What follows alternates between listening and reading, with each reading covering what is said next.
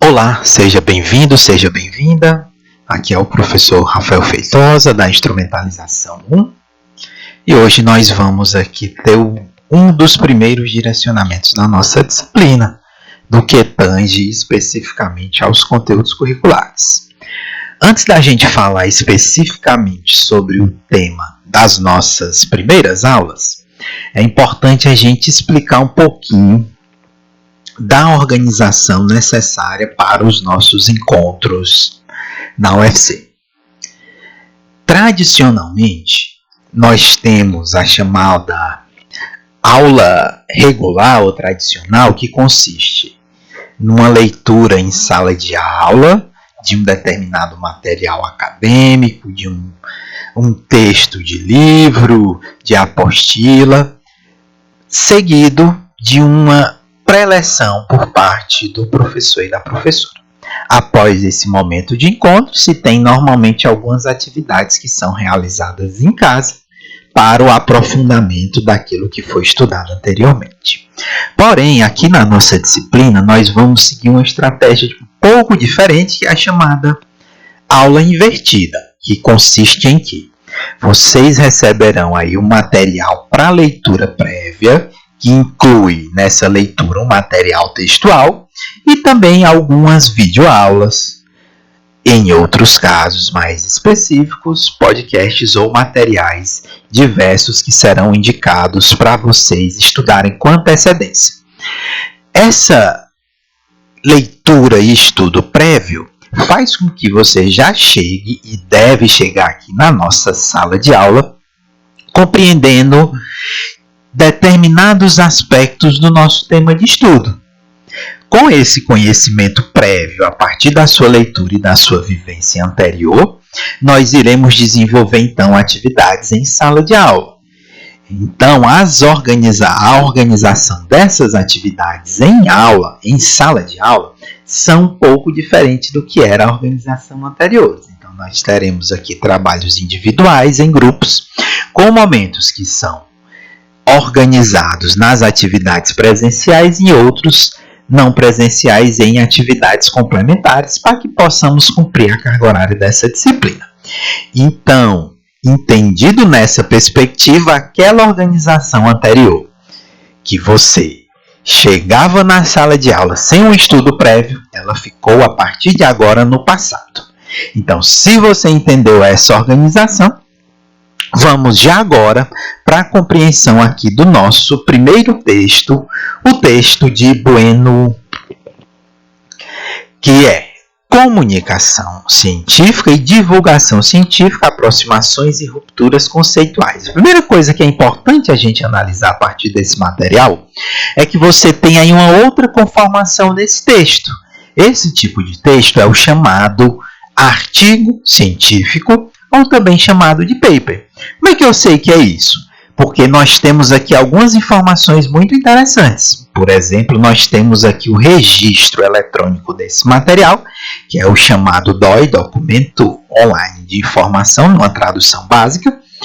Nós temos as informações a respeito do autor, no caso aqui, Bueno, e as suas informações a respeito da sua formação. E temos aqui o chamado resumo ou abstract, que é, como o nome já diz, uma síntese daquilo que você encontrará nesse material.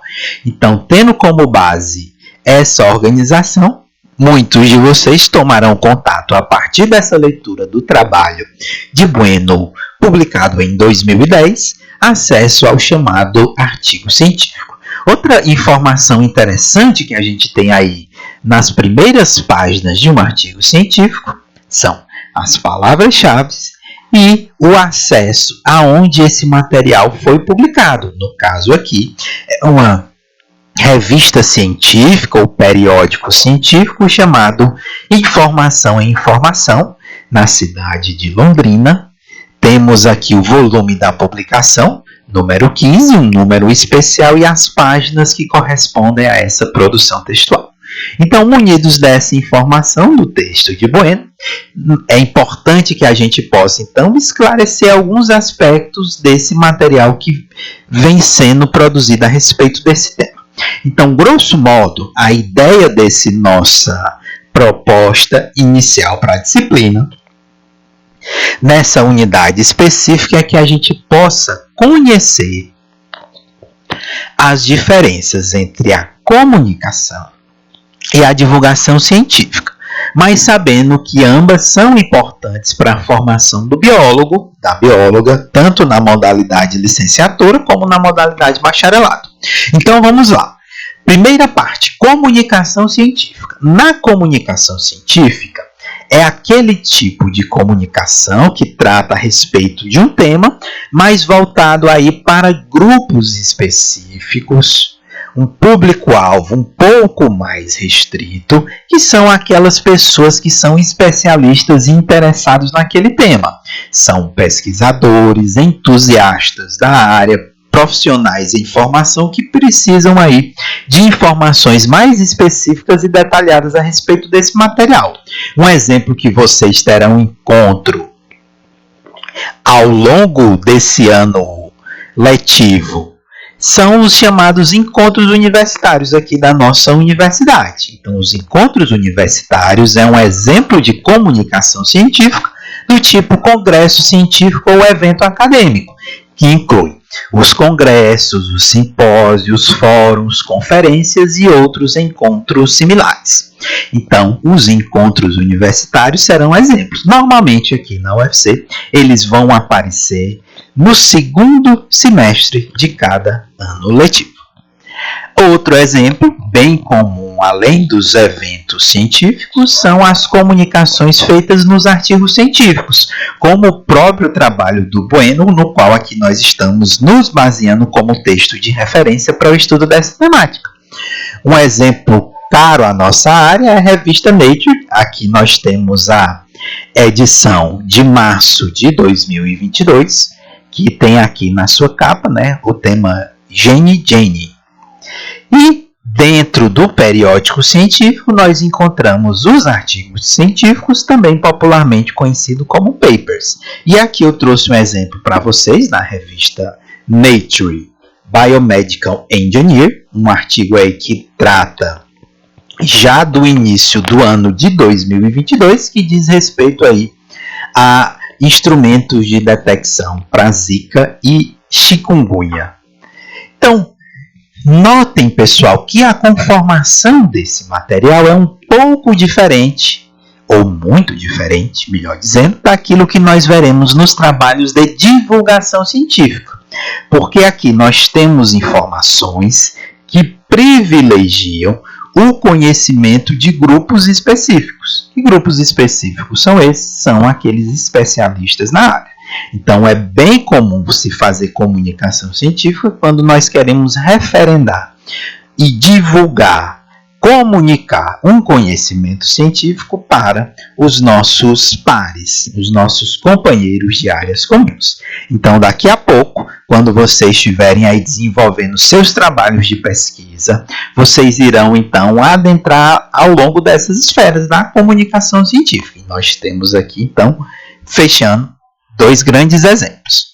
Trabalhos publicados em eventos e trabalhos que são publicados em periódicos e artigos científicos. Outra informação importante que vocês precisam analisar, se você compreendeu essa ideia de comunicação, é o seu par opositor, que é a parte de divulgação científica. Do mesmo modo que o licenciando, o bacharelando precisam realizar comunicação científica, eles também precisam realizar divulgação científica para que a sua informação não se restrinja a grupos específicos de trabalho, os nossos pesquisadores, colegas de universidade, mas que chegue ao público geral.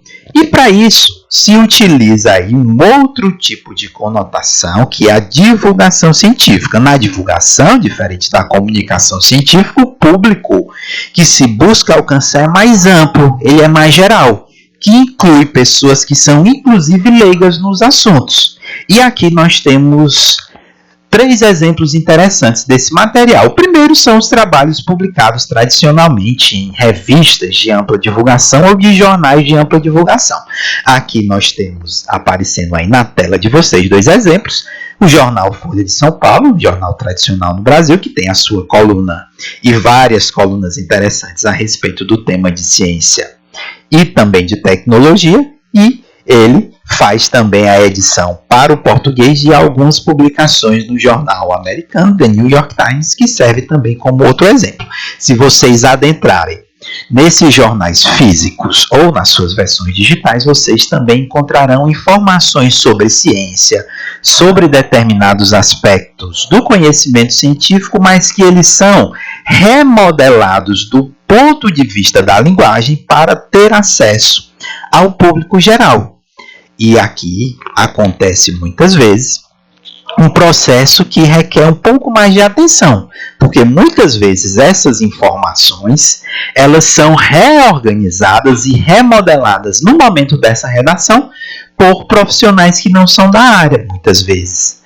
Esses textos são redigidos no formato do jornal de ampla divulgação por jornalistas que não têm uma grande especialização na área de ciência.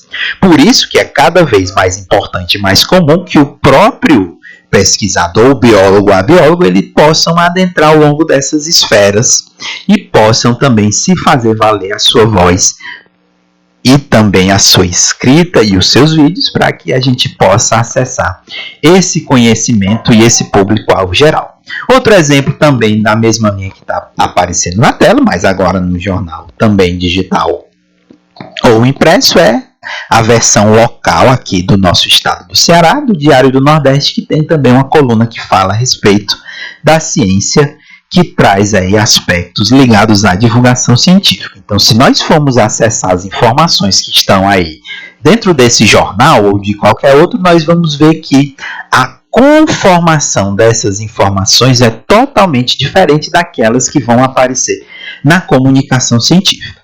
E o porquê disso? Porque precisa ter uma linguagem mais acessível para que possa se chegar ao público-alvo desejado, que é incluir pessoas que são inclusive leigas dentro desse assunto.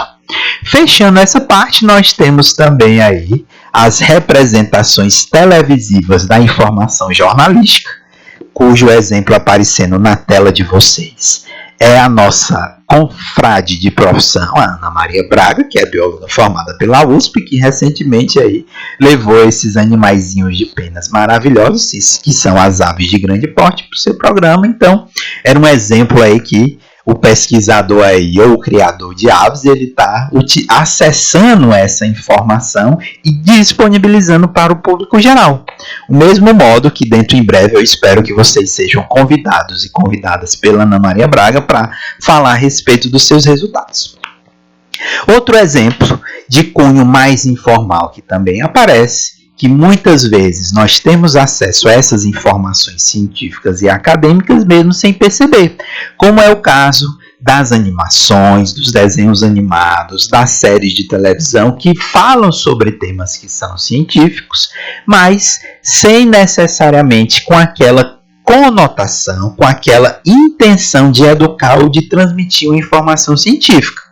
Porém, de qualquer maneira, eles acabam transmitindo e acabam mostrando para a população possibilidades do trabalho do e da cientista. Porém, aqui também de uma maneira crítica, muitas vezes, essa conformação, ela muitas vezes se dá de uma maneira alegórica, caricaturesca, ou muitas vezes pouco ligada com a realidade da própria ciência.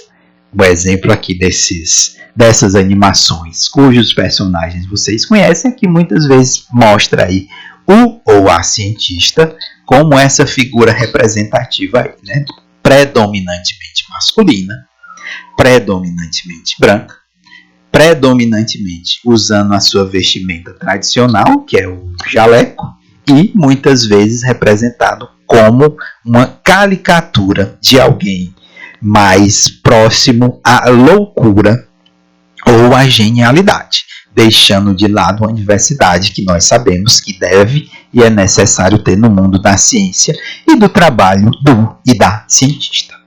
Então, entendendo aí essas diferenças entre comunicação e divulgação científica, agora eu convido vocês para fazerem aí um resumo dessas especificações, tendo como base aí o trabalho do Bueno 2010, no qual nós precisamos nos aprofundar a respeito das divergências desses dois campos, comunicação versus divulgação científica, no que diz respeito ao público-alvo, ao nível do discurso, ou seja, a linguagem utilizada, a natureza dos canais, mas que também nós possamos ver os pontos de convergência entre ambas essas modalidades e possibilidades.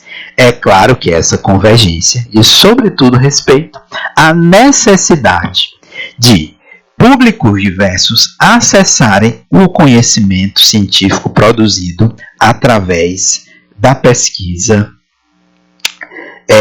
científica moderna. Tudo bem? Então, entendido essa parte, agora eu convido a você, estudante, a acessar integralmente aí o texto de Bueno 2010 para que a gente possa ter essa informação mais aprofundada. Aqui é o professor Rafael Feitosa. Nós vamos encerrando essa videoaula, agradecendo e desejando bom dia, boa tarde ou boa noite.